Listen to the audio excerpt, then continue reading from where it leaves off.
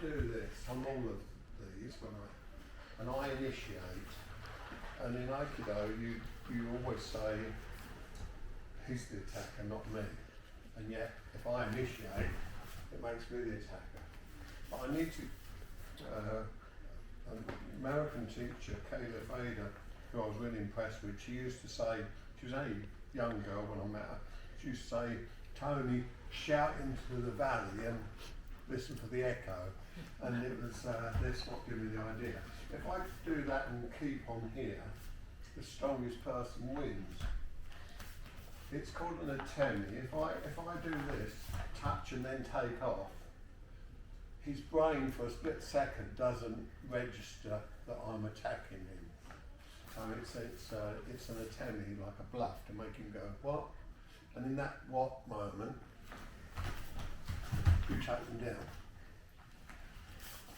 Right? Without that, you're up against his strength, and you get about here, and then it starts getting difficult. Just to add that what I call splash, they go down. Now, this is the tricky bit. I step in. If I step in too far, you could grab that leg. So I have to step in here. Now, I've got to take this hand off. So it's a tricky moment. So what I do is I replace it with this one. I just go a little bit forward. I don't leave it there and just go like that, unless you can come up. So I replace it and I do a quarter step forward. That means he has to then get his balance while it gives me a moment to get his hand blade. I now follow the line up my gi as I stand up, and I turn my torso towards him.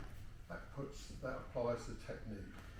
If I don't turn towards him, we stand up here and he's okay, he's going, you've not got me. So I turn my torso towards him like that.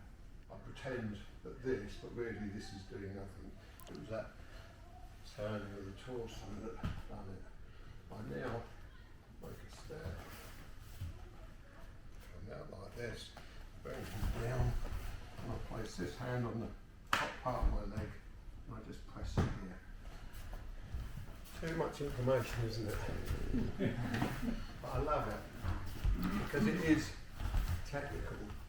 So most people are in a hurry to do this and get this pain on. Most men will do that, so that's why people often pack up Aikido, because they're going, I can't take that, too much bullying from me. Splash.